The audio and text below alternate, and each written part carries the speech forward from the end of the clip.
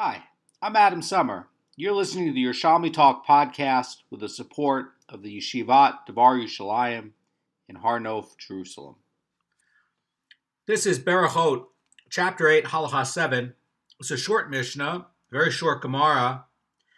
Basically, we're going to get back into another dispute between Bet Shammai and Bet Hillel regarding a meal. The Mishnah says, one who ate and then forgot and did not recite the blessing after eating. And then later on, he realized that he forgot after he left the place where he ate. Bet Shammai says he should return to his place of eating and recite the blessing there. And Bet Shammai says he may recite the blessing in the place where he remembered. So I remember that my wife had an assistant that ate bread at the Goan, and then she got on the bus and went back to Meir Shiurim. And on the bus, she forgot that she said bread. She had eaten the bread there. And then we checked in the Shulchan Aruch for her on what is the halacha l'maisa. Should she say the blessing right there, or should she go back? And that is going to be the case here. So Bet Hillel says we may recite the blessing in the place where he remembered. And when may one recite the blessing? Until the food in his stomach becomes digested. Now, the Gemara is going to identify this time period. And this comes up a lot in the Halacha. The Yerushalmi is going to be a great source for you to have in mind, because some of the Meforshim have, and some of the halacha is a little bit vague on this. And so if you're in doubt, just remembering back to this point of the time period that the Yerushalmi uses is always a helpful way. But anyway, we're going to get into that. Now, what's the point of Bet Hillel? Now, everybody agrees. Bet Hillel, Bet Shammai agrees about Birkat Hamazon, and also, Zimun, and everybody agrees that that's supposed to be where you ate it. Now, what are we dealing with here? Okay, we're dealing with, the only dispute here is what happens when he forgot and he left.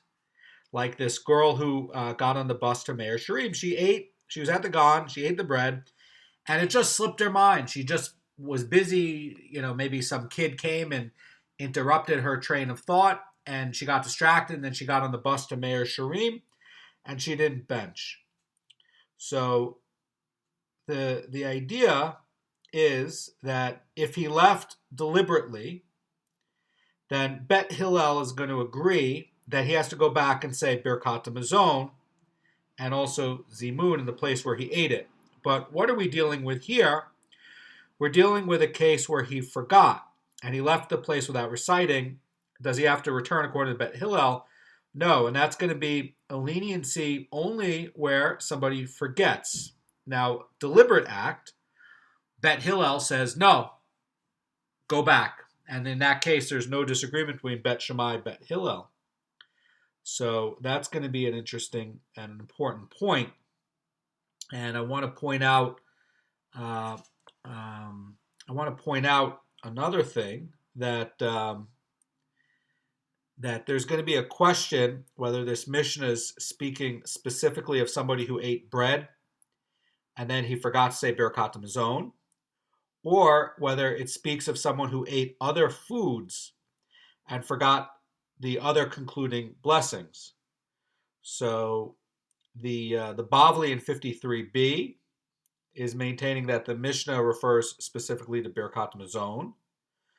But I want to point out that the Tosafot in Pesachim 101b and the Rosh in Pesachim 10.6, in this commentary to the Mishnah there, comments that and maintains that it refers to food requiring any al ha-michya blessing. In other words, that's going to be any food that's made of one of the 5 species of grain.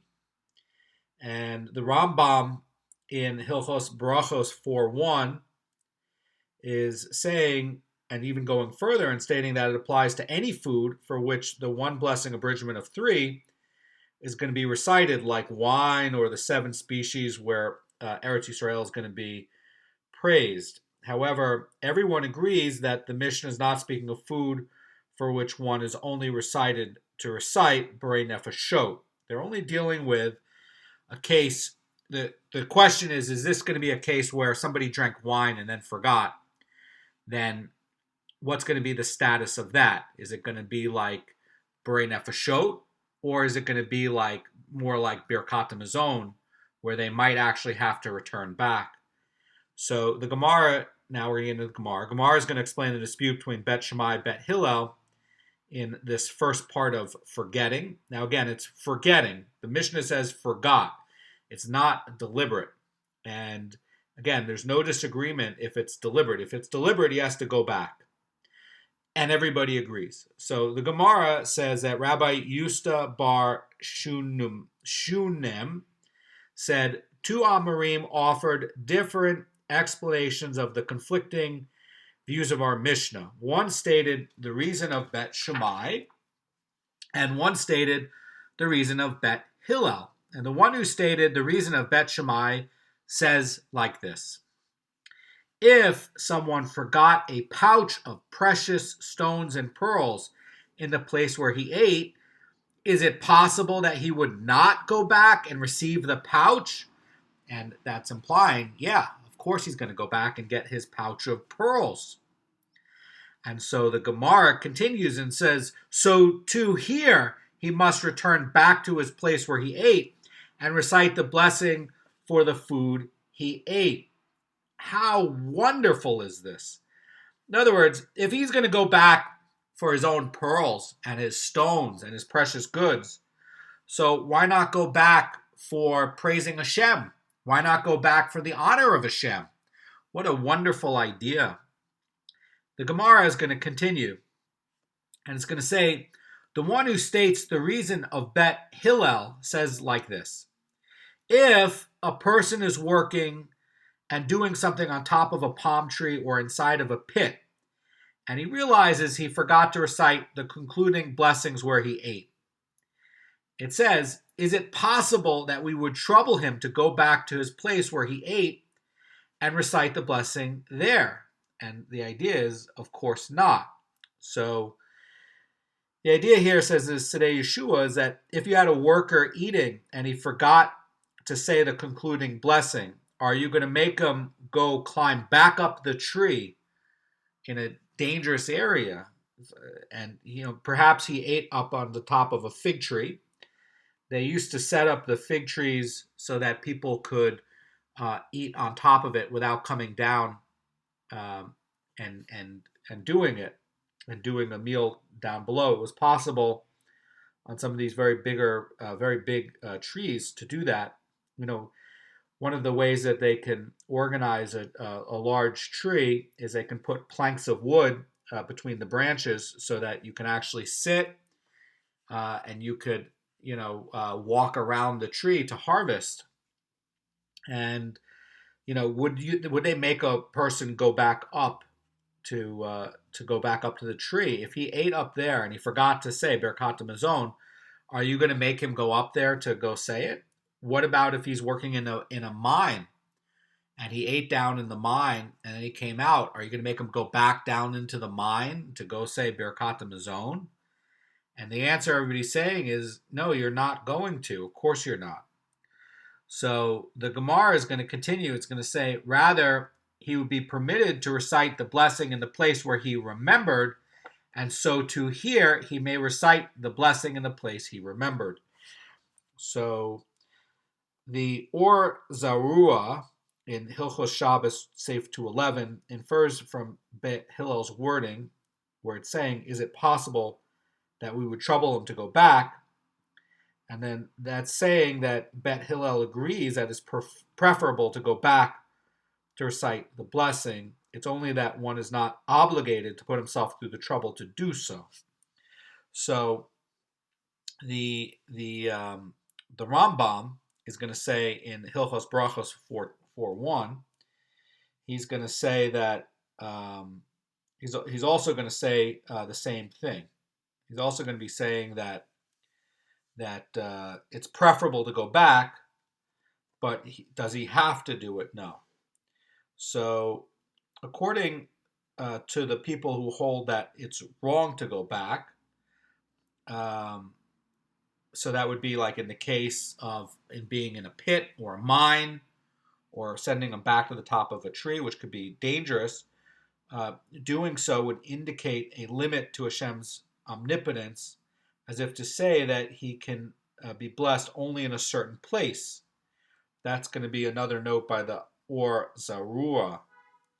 And the Or Zarua is also pointing out that neither the Yerushalmi nor the Bavli follows this view. And the Rambam in Hilchos Barachos rules in accordance with Bet Hillel that one who forgot to recite the blessing does not need to go back to recite it in the place, but it's preferable to do it. So did you dispatch the obligation? Yes, but it's preferable to do it. Now, the Rosh rules in accordance of the favor in favor of Bet Shammai, and that's very interesting. And he's saying that one is obligated to return or recite the blessing where he ate.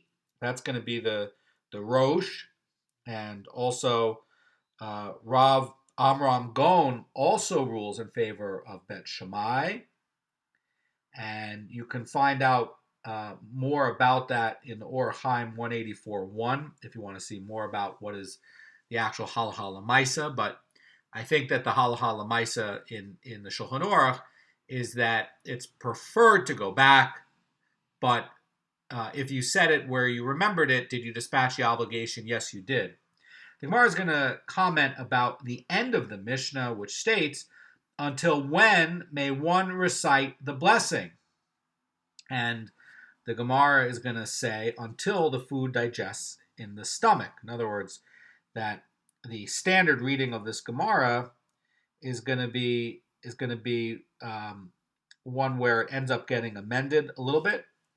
And so a lot of the commentators end up amending it because the text is a little bit funny here. But really, everybody agrees that the Gemara's meaning is the same, and that no matter how you're amending it, it's basically saying, until when may he recite the blessing? And everybody's agreeing that it should be where it's saying, until the food digests in his stomach. And the Gemara is going to explain now what it means in practical terms. And Rabbi Chia, in the name of Shmuel, says, the measure of the Mishnah's statement, until the food digests in the stomach, is as long as he is still thirsty from that meal. And Rabbi Yochanan says, until he becomes hungry again.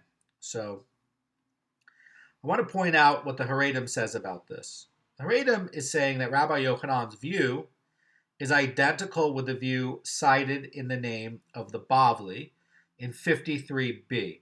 And Shmuel's view agrees with the view of Rish Lakish that is said over there. But the Rosh Cirilio is stating that Rabbi Yochanan's view is actually more stringent, and the Mara Fulda is implying that it's more lenient. But Or Chaim 184.5 says that once a person feels hungry again, he is considered to have digested the food, even though he has not fully digested the food. So that's going to be a key point over there. So that's going to conclude our chapter 8, Halacha 7, and that becomes a tool for you to keep in mind until when can you say the brachas, and it becomes a tool of that, once a person feels hungry again, that's going to be where you had a cutoff. So you can if you're having guests and you get delayed when you're how much time do you have? So that's one indicator. There's another indicator elsewhere in the Shas that it's going to be 72 minutes, but basically, you should try to say the brachas right away. Have a great day.